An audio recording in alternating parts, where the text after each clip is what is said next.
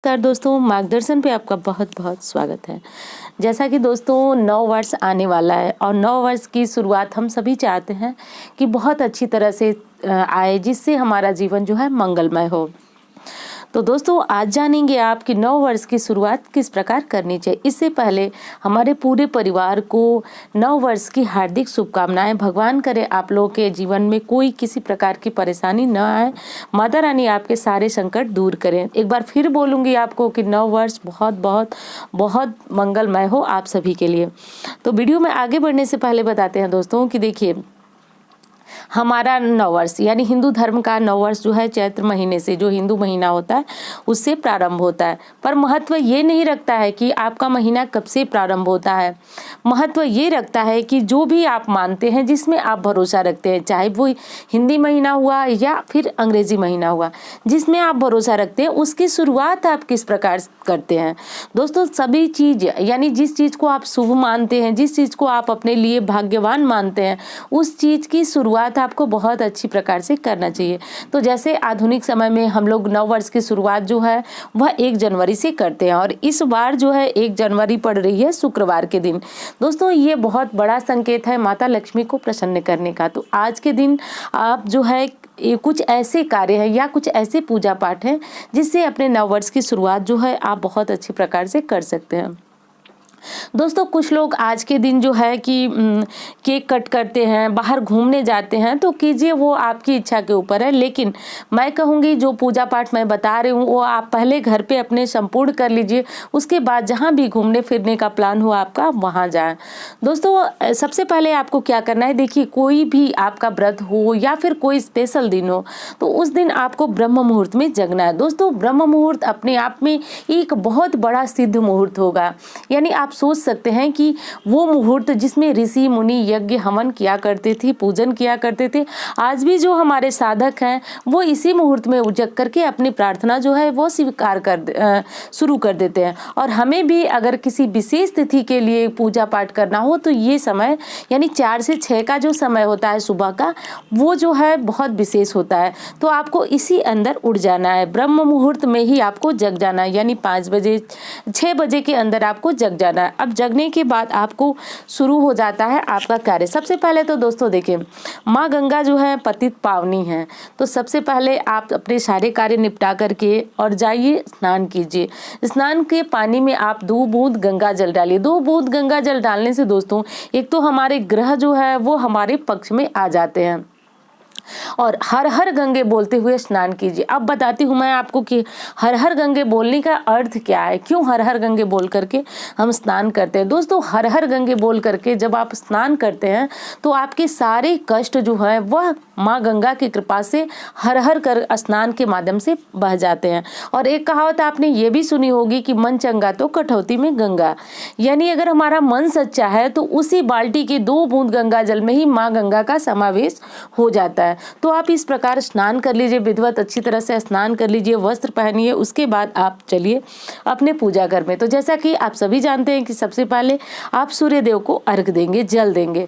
दोस्तों सूर्य देव को जल दिए बिना हमारी पूजा जो है वह शुरू नहीं हो सकती है, यानी नहीं करना चाहिए, ऐसा हमारे शास्त्र माने। तो सर्वप्रथम हम सूर्य देव को जल देंगे। जल देने के बाद आपको माता तुलसी को जरूर सींचना है। दोस्तों आज के दिन इसलिए मैं बता रही हूँ दोस्तों कि आज के दिन आपको तुलसी माता को इसलिए सींचना है कि एक तो तुलसी माता की पूजा करने से आपको भगवान विष्णु की कृपा मिलती है और उनकी कृपा से सहज ही माँ लक्ष्मी की कृपा हमें प्राप्त हो जाती है।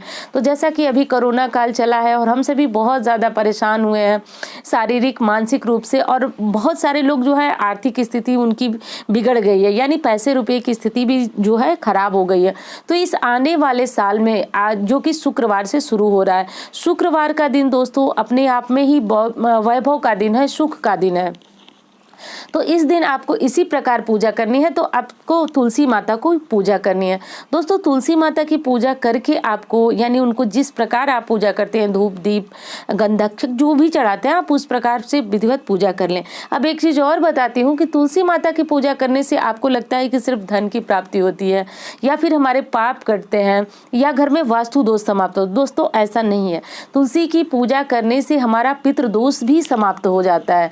और जब भी आपका कोई कोई शुभ दिन होता है तो उस दिन आप देव और पितृ दोनों की पूजा करना चाहते हैं।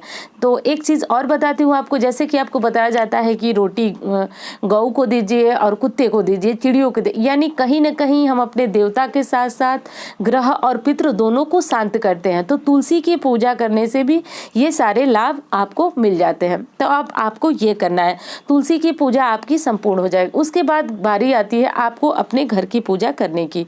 तो अब आप अपने घर में जिस प्रकार अपनी दैनिक पूजा संपूर्ण करते हैं कीजिए। दैनिक पूजा संपूर्ण करने के बाद दोस्तों, अगर आपको लगता हो कि आपके घर में बहुत उदासी रहती है या फिर बहुत झगड़े झंझट का माहौल रहता है, तो ऐसे में आप क्या करें कि गंगा जल में हल्दी मिला करके और पूरे घर की छिड़काव कल 9 वर्ष के दिन, क्या मैं तो कहूँगी कि आप पूरे दिन एक समय निकालिए और पूरे घर में वो छिड़काव कीजिए। और जो मैंने एक धूप वाली वीडियो आपको बताई थी कि धूप किस प्रकार से देना चाहिए, वो काम भी आप जरूर कीजिए। दोस्तों मैं तो बिल्कुल भूलती ही नहीं हूँ, हर संध्या होते मैं ये कार्य अपने घर में जरूर करती हूँ और ऐसा आपको करना बहुत ज़रूरी है। ऐसे करने से आपको कुछ दिनों में खुद ही एक सकारात्मक माहौल लगने लगेगा। अब दोस्तों आपने घर की पूजा पाठ कर ली। अब मेरे कहने से आप ये समझिए कि आप कहीं और जा रहे होंगे घूमने, लेकिन आज के दिन आपको एक बार मंदिर जा करके भगवान का दर्शन करना बहुत ज़रूरी है। दोस्तों दर्शन करना इसलिए ज़रूरी है कि इतनी सारी मुसीबतें आई फिर भी आज हम जीवित हैं, भगवान की कृपा हमारे ऊपर बरस रही है, या फिर कोई कष्ट है तो भगवान से कहिए कि भगवान आने वाले समय में हमारा वो कष्ट जो है वह दूर हो। यानी भगवत दर्शन आज के दिन बहुत ज़रूरी है। अगर कर सके तो, न कर सके तो कोई बात नहीं, आप घर पे ही पूजा प्रार्थना कर लें। वैसे कर सके घूमने का प्लान है तो मैं यही कहूँगी कि आज के दिन कहीं ना कहीं जरूर जाएं, दर्शन जरूर करें। और न कर सकें तो आप अगर भोलेनाथ के पुजारी हैं तो घर में ही आप छोटा शिवलिंग रखी हैं, या फिर आप चाहें तो घर में ही उनकी पूजा पाठ करें। और छोटा शिवलिंग अगर रखें हैं तो आज के दिन अभिषेक करने से आपको विशेष लाभ होता है। अब बारी आती है शाम के समय। दोस्तों शाम के समय मैं हमेशा आपको बताती हूँ कि 3 दीपक जरूर जलाइए। तो वो 3 दीपक आप अपने घर में जला लीजिए। अब 3 दीपक जलाने के बाद आपको बैठ करके आधे घंटे का समय निकालिए और कनक धारा स्तोत्र आप जरूर पढ़िए दोस्तों आज के दिन। और 1-2 बार नहीं, 11 बार आप जरूर पढ़िए। शुक्रवार का दिन है, माँ लक्ष्मी इससे अति प्रसन्न होती हैं। अब क्या करना है आपको कि आज के दिन पढ़ करके और समाप्त नहीं करना है, आज के दिन से शुरू करके और कम से कम आपको 21 दिन तक कनक धारा स्तोत्र का पाठ 11 बार, यानी एक बार बैठे आपको 11 पाठ करना है। दोस्तों कोई बहुत बड़ी बात नहीं है। दूसरी चीज है कि अगर आप नहीं कर पाते हैं, नहीं आती है संस्कृत आपको पढ़ने, तो आप चला लीजिए कहीं, मतलब टेप हो, मोबाइल हो, कहीं भी, और उसके साथ बैठ करके हाथ जोड़ करके आप माता लक्ष्मी का ध्यान करते रहिए। तो ऐसा करें। और दोस्तों संभव हो तो आज के दिन अपने घर में खीर जरूर बनाएं। खीर बनाने के बाद वही खीर आप माता लक्ष्मी को भोग लगाएं। उसके बाद कनक धारा स्तोत्र का 11 पाठ करें। दोस्तों पाठ करते हुए आपको माता लक्ष्मी को इत्र जरूर समर्पित करना है। दोस्तों शुक्रवार अपने आप में ही वैभव का दिन होता है और इत्र समर्पित करने से माता लक्ष्मी जो है वह प्रसन्न होती है। अब करना है आपको इत्र समर्पित करने के बाद माता को आपको ये पाठ करना है। उसके बाद आपको विधिवत अपने घर में आरती करना है। पूरे घर में आरती और शंख जो भी आपके पास है, जिस प्रकार अपने घर में आप घंटी बजाते हैं, जो भी करते हैं, आप उस प्रकार से करके अपनी पूजा स्वीकार कीजिए। अब जो माता को आपने खीर का भोग लगाया था वो खीर ले आइए और आप क्या कीजिए कि आप अपने घर में जो खीर बना करके रखे हैं परिवार के लिए, उसी में वो खीर भी मिला दीजिए। इससे पूरी खीर आपकी प्रसाद की बन गई। तो अब उसको आप खाने के साथ मत खाइए। उस खीर को आप सबसे पहले, जो भी परिवार का सदस्य बाहर गया है, या फिर आप पहले कटोरी में माता को याद करके और उस खीर को खाइए। दोस्तों ऐसा करने से हमारे जीवन में कर्ज हो, यानी बहुत सारा कर्ज हो जो कि बढ़ता जा रहा हो, न चाहते हुए, देखिए हर कोई चाहता है कि हमें कर्ज न लेना पड़े, पर कुछ ऐसी परिस्थितियां हो जाती है जिसमें मजबूरी हो जाती है कर्ज लेना।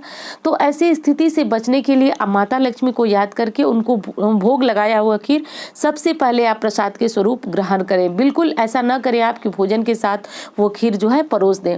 आप एक बार प्रसाद लेने के बाद उस खीर को भोजन के साथ खा सकते हैं, पर सबसे पहले आपको प्रसाद ही ग्रहण करना है। इस प्रकार करके दोस्तों आपको आपके 9 वर्ष की शुरुआत होती है। तो एक आध्यात्मिक और सकारात्मक 9 वर्ष की शुरुआत के लिए आपको इसी प्रकार की दिनचर्या जो है वह अपनाना है। तो दोस्तों उम्मीद करती हूँ वीडियो आपके लिए बहुत बहुत बहुत ज्ञानवर्धक रही होगी। एक बार फिर कहूँगी आप लोगों की आने वाला नव वर्ष आप सबके जीवन में बहुत सारी खुशियाँ लाए। माता रानी आप सबको सुखी रखें, खुश रखें। Happy new year. धन्यवाद दोस्तों, मिलती हूँ फिर इसी तरह के वीडियो के साथ।